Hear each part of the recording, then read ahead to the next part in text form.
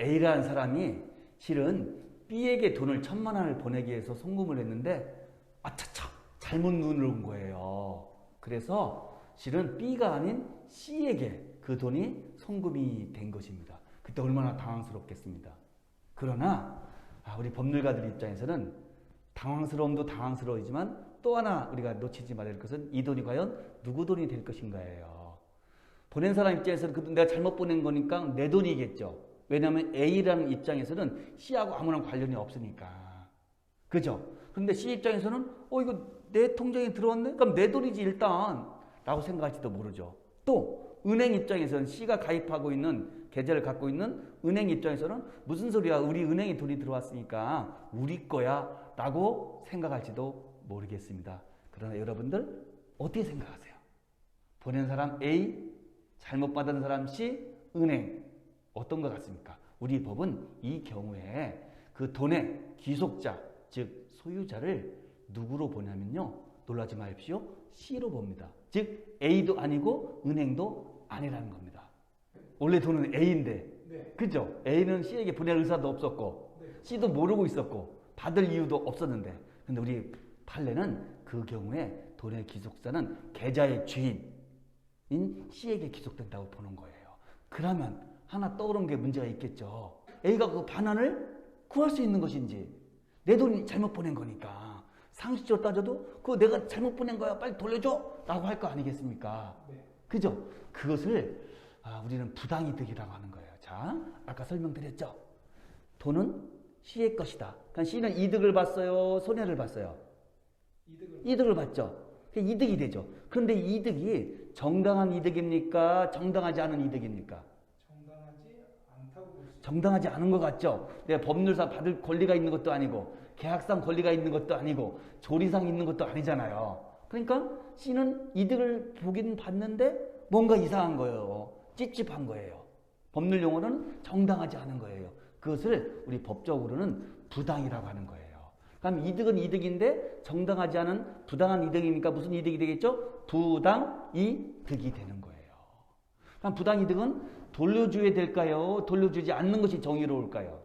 돌려주는 게 정의로울까요? 그렇겠죠. 그래서 부당이득은 돌려주도록 되어 있는 것입니다. 그렇기 때문에 A는 C를 상대로 그거 내가 잘못 붙인 거고 당신은 이득을 받고 그로 인해서 그 이득은 정당한 이득이 아닌 법률상 원인 없는 부당한 이득이니까 나한테 돌려주세요 라고 요구할 수 있는 권리가 있는 것입니다. 이것이 바로 차고 송금에 있어서 가장 중요한 첫 번째 쟁점이 될 것입니다. 그렇죠?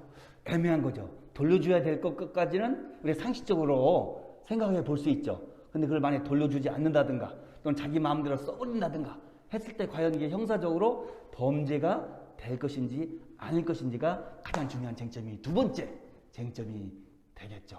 그런 경우에 우리 판례는 보관자의 지위를 인정하고 있는 거예요. 즉 C는 A에 대해서 아무런 계약상의 지위가 없어요. 보관자 지위가 아닌 거예요. 그러나 신의 측상, 신의 성실의 원칙상 그 돈을 그대로 돌려줄 의무가 있기 때문에 그때까지는 잘 쓰지 말고 보관해야 될 보관자의 지위가 있다고 보는 거예요. 그런데 이 형법상 보관자의 지위에서 타인의 재물을 보관하는 자가 함부로 소비한다든가 임의로 써버린다든가 또는 반환을 거부하잖아요. 그런 것이 죄가 돼요. 무슨 죄냐면은 형법상으로 횡령죄가 되는 거예요.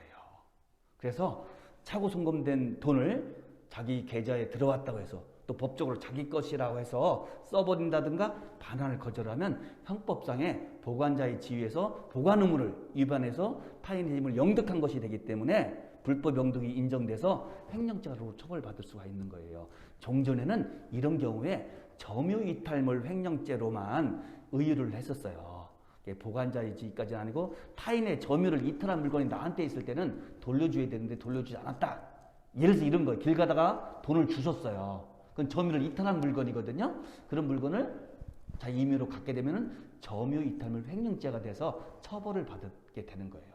그런데 처음에 차고 송금에 있어서도 대부분의 판례가 점유이탈물 횡령죄로만 의유를 했었어요. 처벌을 하고.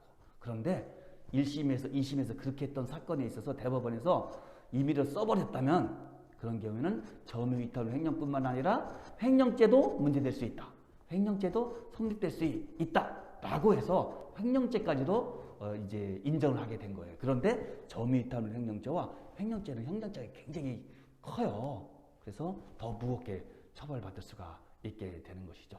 내 통장에 함부로 돈이 들어왔다고 해서 함부로 쓰지 마십시오. 그것은 적법 절차에서 반환해 줄 돈인 것입니다.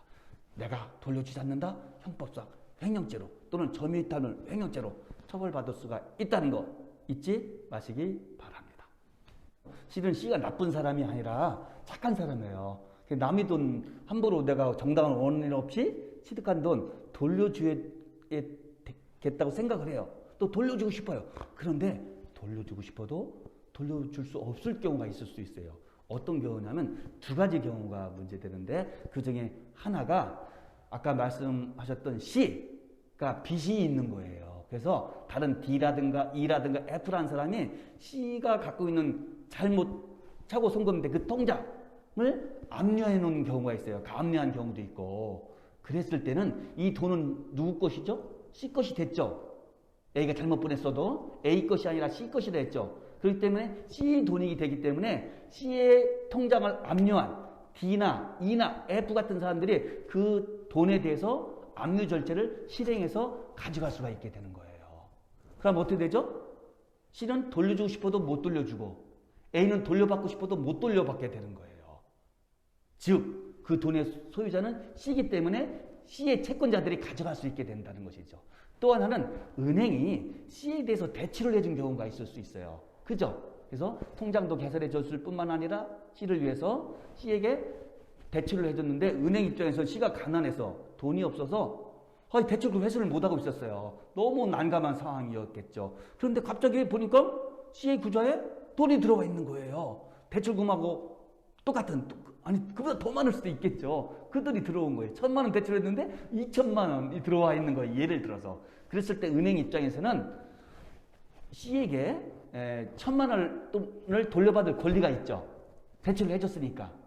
그런데 또 1,000만 원이 차고 송금됐다면 1,000만 원을 줄 의무가 있는 거예요. C가 찾는다면. 그죠? 왜 C의 것이니까. 잘못 송금된 1,000만 원도. 그랬을 때 은행께서는 받을 수 있는 1,000만 원 채권, 돌려줘야 될 1,000만 원 채무를 대등액에서 같은 금액에서 서로 상계 처리를 할 수 있어요. 서로 깔 수가 있는 거예요. 그러면 줄 돈 안 줘도 되고 받을 돈 안 받으면 되는 거예요. 그랬을 때 은행 입장에서는 너무 잘 된 거죠. 그죠? 사실상 1,000만 원 채권이 있었지만 C가 가난해서 돈이 없어서 실질적으로 채권 회수를 못하고 있었는데 1,000만 원이 들어와서 그걸 상계 처리하면서 이제 1,000만 원을 안 줘도 되니까 은행 입장에서는. 그래서 은행 입장은 1,000만 원을 가져가면서 대출금을 해소할 수 있는 방안편으로 쓰기도 하는 것이죠. 이런 경우에도 역시 A는 구제책이 없게 되는 거예요. 그때 은행에 대해서 예외적으로, 다만 예외적으로 은행이 거래를 하고 금융기관이라는 공적 성격을 갖고 있는데 그런 경우에 자기 채권이 있다고 해서 상계 처리해서 가져가는 것은 좀 온당치 하지 않을까? 좀 뭔가 이상하지 않을까? 라고 생각할 수가 있게 되는 거예요. 그래서 예외적으로는 은행이 그 대출금과 자기가 돌려줄 채무를, 예금 채무를 상계 처리하는 것을 허용하지 않을 경우가 있어요.